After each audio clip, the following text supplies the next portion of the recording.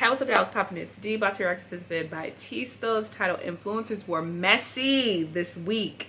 They're messy every week, okay? They're always in some nonsense.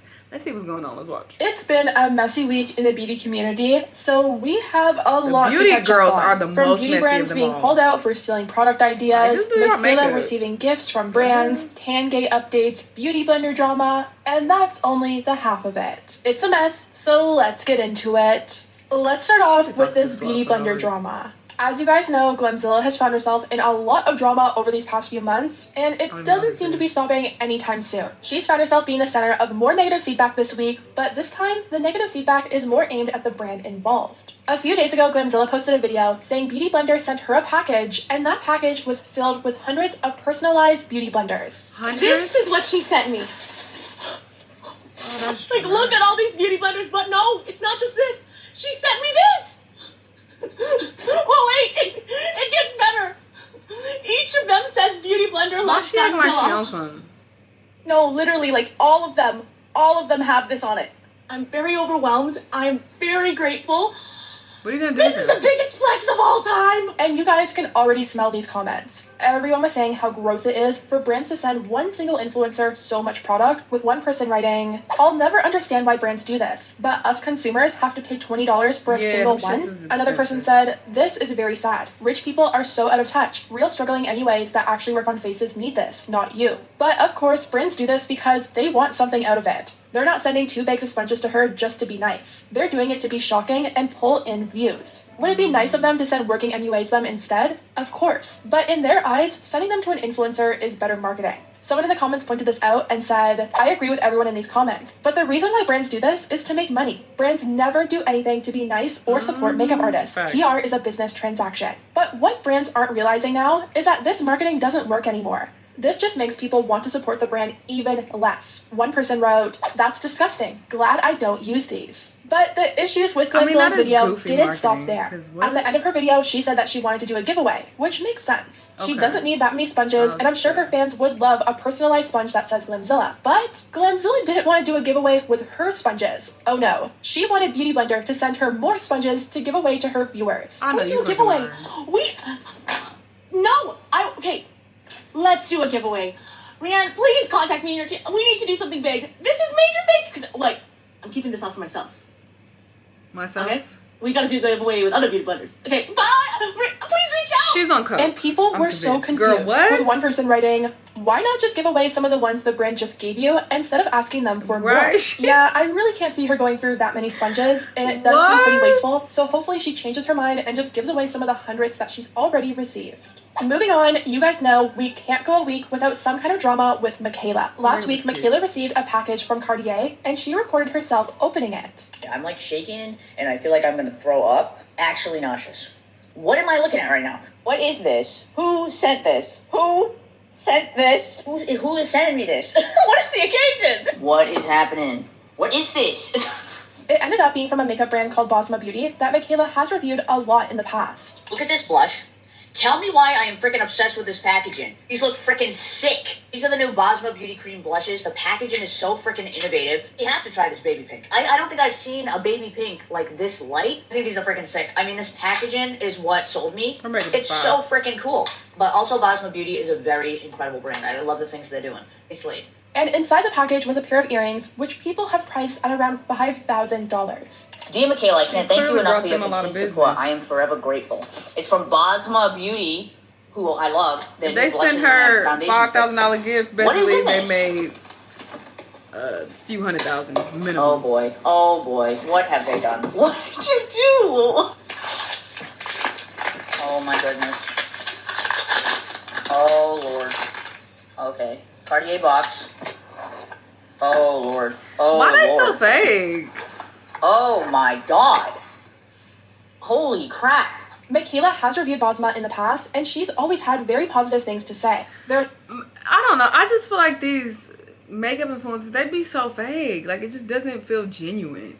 You may be excited. I'm not taking that away from her. She may very well, be happy about the gift. It is, Cartier, this is a popular brand. I get it. I got it. But it just seems a bit over the top. Am I tripping? A newer Canadian brand, and I will say, from the reviews I've seen, they do seem to have some really good products. But people are saying brand setting influencers expensive luxury gifts is problematic. A lot of people in the comments said, don't expect anything negative to ever come from Michaela about this brand after receiving such a nice gift. Writing, more bribes for reviews. Beauty bribe, now they'll get positive reviews on their products. And that, my friends, is how brands buy influencers. I mean, that is Do true, you really think this won't affect her future reviews of their products? Okay, then that's true. I thought that was just, that specifically is actually true. I can understand Bosma wanting to show appreciation towards Michaela. I'm sure she really helped their brand over these years, but when you start sending luxury gifts to the people in charge of reviewing your products honestly, I don't know. It becomes a pretty tricky situation. While we're on the topic of Michaela, we did get an update on her tan drama from last month. Just for a little refresher, the owner of Illusion Brands, Matthew, called Michaela out for reviewing Bondi Sands tanner after he called them out for allegedly ripping off his tan and then asked Michaela for a review. So my dream manifestation right now would be to send Michaela her own custom bottle of Illusion Bronze for her to review. So if there's any way you guys could help me make that happen, please tag Michaela below. It would. Michaela ended up agreeing to do the review, led him on for months saying that she was posting it, only for the review to never come. Here's the problem. Matthew had actually taken out a $10,000 loan to buy enough inventory to fulfill the orders that would come in after Michaela posted her review. She already told him that. What? So you spent all that money to have all this product to sell to people that you thought would come in droves to buy the shit after she did the review? Why would you do that? Why would you just assume, even if she did do the review, why would you assume that, everybody's going to start buying it? That's wild. She loved it and she was going to give it a good review, so he wanted to be prepared. In the past, Michaela had said that she stopped reviewing indie brands because they couldn't keep up with the orders, so Matthew wanted to make sure that he was prepared. Michaela never ended up posting it, and Matthew exposed Michaela for leading him on. He now had a loan and $10,000 worth of inventory just sitting around, but lucky for him, this drama ended up being very beneficial to him. A lot of people were really mad at Michaela for not following through on her word, and they wanted to show Matthew support. He received an overwhelming amount of orders and just announced that he officially sold out of his inventory. Surprise! I bet you thought you'd seen the last of me. There were, thousands of orders. Sorry. Yes, I did pay off the loan. Yes, it did wipe me out of stock. Yes, I did have to restock 10 times. I wanted to thank you guys again from the bottom of my heart. I'm so grateful for all of your support. So finally, a positive end to a story that could have had a very different outcome. Next, let's talk about Manny and Lou. Manny found himself in the middle of some drama. This nigga been messy for decades. I know you fucking lying. I ain't heard from him in a minute. I don't keep up with the beauty people anymore, but child, I remember back in the day he was messy. Nigga, it's 2024 and you still in the mess? This week over a repost on his brand page of a micro-influencer wearing Lunar Beauty. I guess the repost ended up causing some problems, and Manny addressed it on his TikTok. Recently, I had this experience with my brand, and I thought it'd be really interesting to talk about this because I have one foot in each world. I'm a creator. I've been doing beauty content for 11 years. But I also have my own indie brand called Lunar Beauty, so I'm on the CEO. Recently came to my attention that my brand had reposted someone's reel onto our brand page on Instagram, and that creator was very unhappy about it. Which I can absolutely understand. I already told my social girl, I'm like, girl, you gotta ask people's permission to repost their stuff. CEO of Lunar Beauty, man, he's like, absolutely. I took it down myself. I said, you know what? Big misunderstanding, but creator Manny has a different opinion. Manny then points out the positives about being reposted. He explains how by getting reposted, you're getting your name out there and opening yourself up to possible opportunities. So let me just say that a lot of this business is built on connections. Sometimes those connections mean more than a check, or it will lead to a check, to a bag in some capacity. A lot of the times, a lot of indie brands cannot afford to sponsor or pay you for content a lot of the times, right? That's just the reality of life. They're smaller than indie. They don't have the huge budgets that a lot of the bigger brands do have. But them sharing you and getting your face out there when you're first starting out can be really, really beneficial. If a brand reposts your post, gives you proper credit, it's not a bad thing. It really isn't. And at this point, I was agreeing with Manny. I feel like if you have a public social media page and you're tagging brands in your pictures, you're most likely doing it to be recognized by that brand. Pretty much every makeup brand social media pages are filled with reposts of people wearing their makeup. They of course get credit and a tag, and they probably ask for permission first, and it does seem to be a mutually beneficial interaction. The brand is getting to show their product in action, and the creator is getting some exposure. Imagine you get posted on a page. They didn't pay for it. They didn't pay for it, but you just got reposted. You already posted the content, they just reshared it. Brand sees that, they're like, you know what? I like what they did there. Let's work with that person. And listen, it happens. A lot of people in Manny's comment section agreed as well. We had one person writing, I just don't understand why people would be unhappy with free exposure. And even Christian Dominique commented and said, I remember back in the day when I would get so excited to be reposted. It formed good relationships and partnerships later. But here's the thing that was left out. Someone in the comments said, I don't know. The one part that really irked me was that it was shared with a shoppable link. I think that makes it different. And the smaller creator, who was the one that Manny was actually talking about, stitched his video and explained her side. She did say that she was upset with them not reaching out to her and asking her first if they could repost her content. But I think the main issue was how many times she's tried to connect with his brand before. She said that she supported Manny and his brand for years and has tried many times in the past to reach out to Manny and his brand to try and work with them, but all her messages went unanswered. Lunar Beauty reposted me to their feed about 2 weeks ago.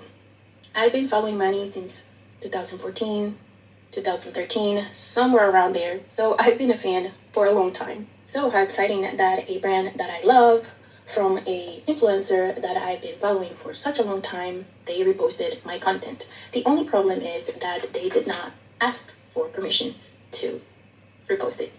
What Manny didn't tell you is that I did try many times to reach out to the brand, have a conversation.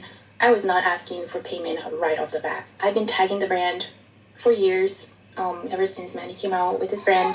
But what made this truly bothersome was that after many attempts to reach out, they left me on red. And then he apparently made her content shoppable on his page, so he was profiting from her content, but she wasn't profiting at all. On top of that, what really was bothering me is that the post was made shoppable. Here in this video, he went on and talked about making connections, make relationships with the brands. But how can I make a connection with a brand that leaves me on red?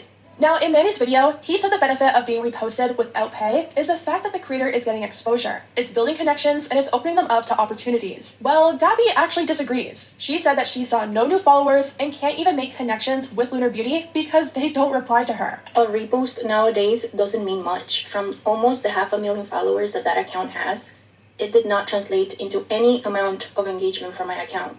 No likes, no new followers, nothing. We are not living in the 2015, 2016 era where I agree with that. reposts took you very, very far. I feel like nowadays people are so used to seeing others get reposted. They're so used to the promotion of like brands and products and people that a lot of the time we just bypassed it. I do it all the time. You know, it's kind of like an advertisement, so you just like whatever and you keep it pushing. So yeah, I agree, back in the day it was a lot more effective and now it just isn't. And that even goes for like when people want to get exposure through others. Like I'll have people who reach out and they're just like, oh, can you repost my page, or can you know, link this or link that, and it's like that don't work.